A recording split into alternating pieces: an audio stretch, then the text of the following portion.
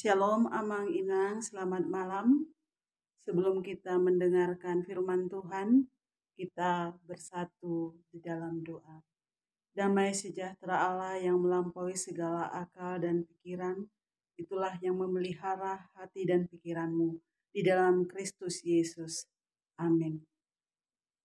Adapun yang menjadi santapan rohani bagi kita pada malam hari ini, diambil dari kitab Yohanes 12 ayat 37 sampai ayatnya yang ke-43. Demikian bunyi firman Tuhan.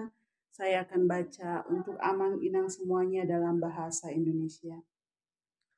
Dengan judul Mengapa Orang Yahudi Tidak Dapat Percaya. Dan meskipun Yesus mengadakan begitu banyak mujizat di depan mata mereka, namun mereka tidak percaya kepadanya. Supaya genaplah firman yang disampaikan oleh Nabi Yesaya. Tuhan, siapakah yang percaya kepada pemberitaan kami? Dan kepada siapakah tangan kekuasaan Tuhan dinyatakan? Karena itu mereka tidak dapat percaya. Sebab Yesaya telah berkata juga, Ia telah membutakan mata dan mendegilkan hati mereka, supaya mereka jangan melihat dengan mata dan menanggap dengan hati, lalu berbalik sehingga aku menyembuhkan mereka. Hal ini dikatakan oleh Yesaya karena ia telah melihat kemuliaannya dan telah berkata-kata tentang dia. Namun banyak juga di antara pemimpin yang percaya kepadanya. Tetapi oleh karena orang-orang Farisi, mereka tidak mengakuinya berterus terang, supaya mereka jangan dikucilkan, sebab mereka lebih suka akan kehormatan manusia daripada kehormatan Allah. Demikian bunyi firman Tuhan. Amang Inang, perenungan kita pada malam hari ini diikat dengan satu tema, percayalah pada Tuhan Yesus. Amang Inang, Alkitab adalah kompas menuju keselamatan. Di dalam Alkitab, kita banyak menemukan kesaksian yang mengarahkan supaya percaya kepada Tuhan Yesus. Karena dengan percaya, maka kita akan mendapatkan keselamatan. Khususnya dalam kitab Yohanes, kita menemukan banyak bentuk pelayanan yang dilakukan oleh Tuhan Yesus yang bertujuan supaya banyak orang yang menjadi percaya. Bentuk pelayanan Yesus dimulai dari mengajar, memberi kesaksian tentang dirinya sendiri, mengadakan mujizat. Kalau kita memperhatikan kitab Injil Yohanes, kita akan menemukan di sana banyak mujizat yang dilakukan oleh Tuhan Yesus. Di antaranya, Yesus mengubah air menjadi anggur pada perkawinan di Kana. Yesus juga pernah menyembuhkan anak seorang pegawai anak istana. Yesus pernah juga memberikan makan 5.000 orang, di mana hanya dengan 5 roti dan 2 ikan saja. Tentunya masih banyak mujizat lainnya. Nah, dari nas firman Tuhan pada saat ini melalui pelayanan yang dilakukan oleh Tuhan Yesus, kita menemukan ada 2 bentuk respon orang Yahudi terhadap pelayanan Yesus. Yang pertama, tidak percaya. Menurut Amang dan Inang, mana yang lebih banyak orang percaya kepada Tuhan Yesus atau orang yang tidak percaya? Tentu dengan mudah kita akan menjawab yang lebih banyak sudah pasti yang tidak percaya.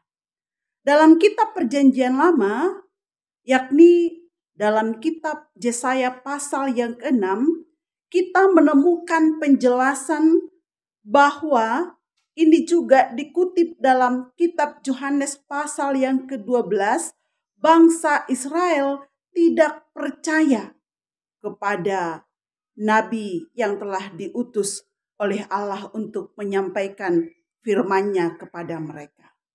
Sebagai akibat dari ketidakpercayaan tersebut, Allah menutup mata hati mereka Jadi dari sini Amanginang kita belajar ada konsekuensi ketika kita tidak menerima firman Tuhan. Ada konsekuensi ketika kita mengabaikan firman Tuhan. Hal inilah yang diulangi kembali dalam perenungan kita pada malam hari ini.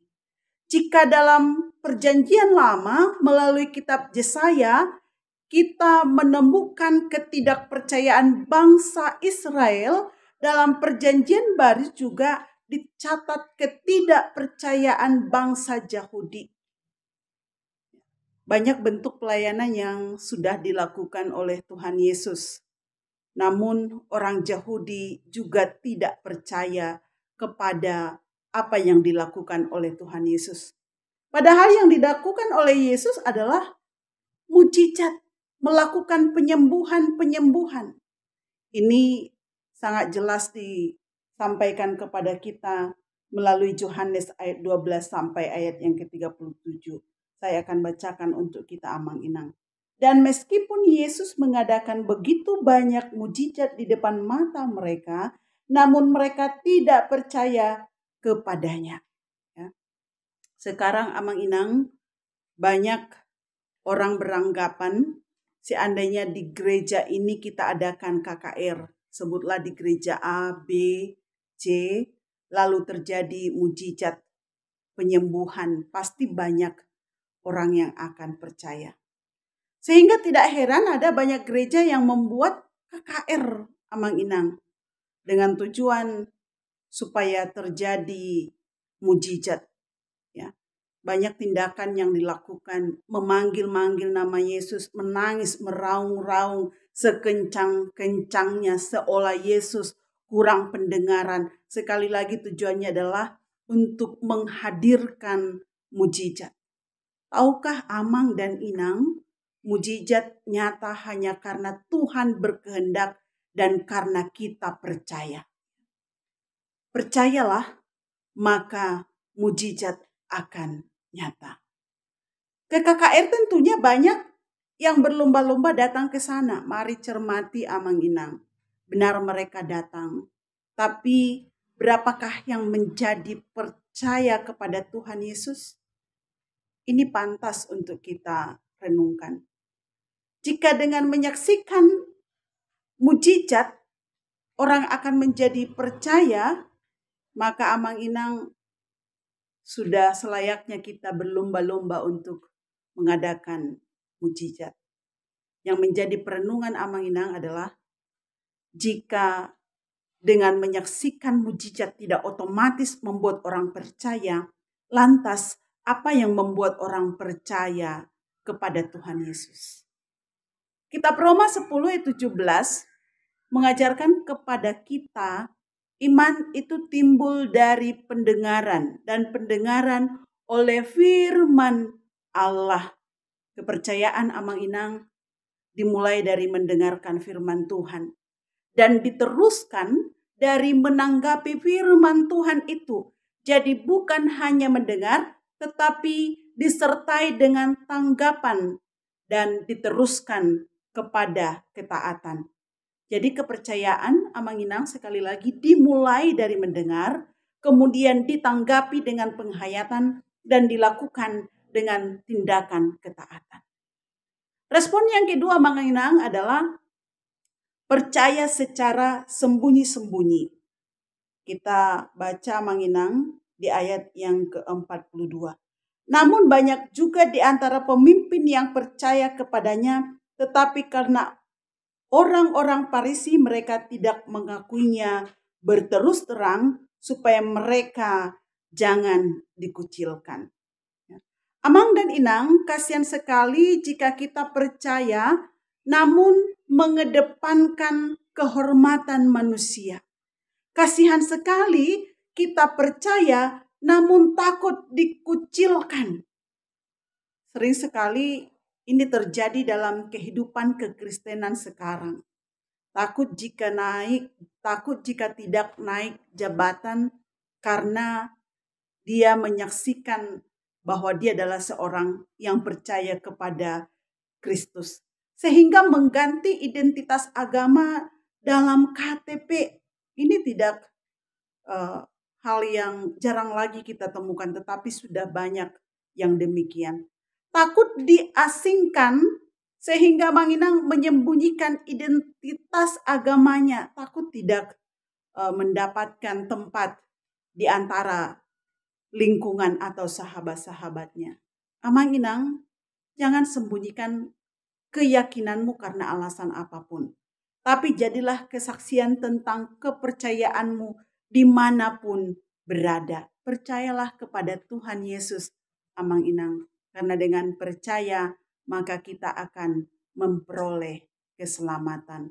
Amin. Yang berbahagialah kita yang mendengarkan firman Tuhan, serta melakukan dalam kehidupan sehari-hari. Kita bersatu di dalam doa.